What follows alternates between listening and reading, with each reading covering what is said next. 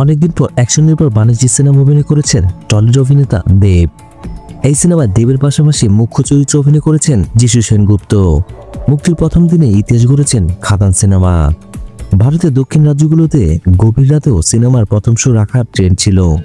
এবার সেই ট্রেন্ডে নাম লিখিয়েছেন দেবের বাংলা সিনেমা খাদান। খাদান সিনেমায় দেবের বিপরীতে অভিনয় করেছেন প্রিয়তমা খ্যাত নায়িকা ইদিকা পাল।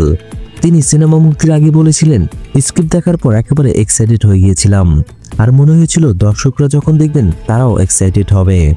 নায়িকার কথাই যেন সত্য হয়ে গেল।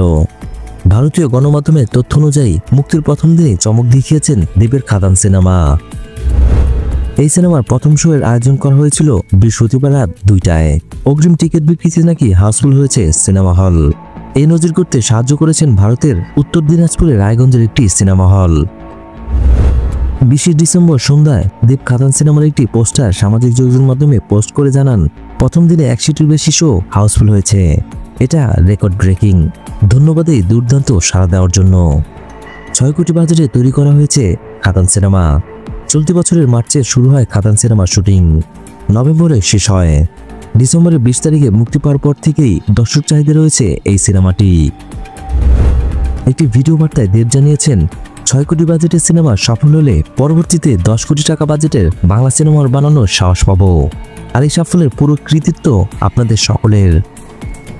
দেব তার পরবর্তী সিনেমাগুলোতেও সফল হোক, দেবের জন্য রইল শুভকামনা। ভিডিও ভালো লাগলে অবশ্যই একটি লাইক দিয়ে যাবেন।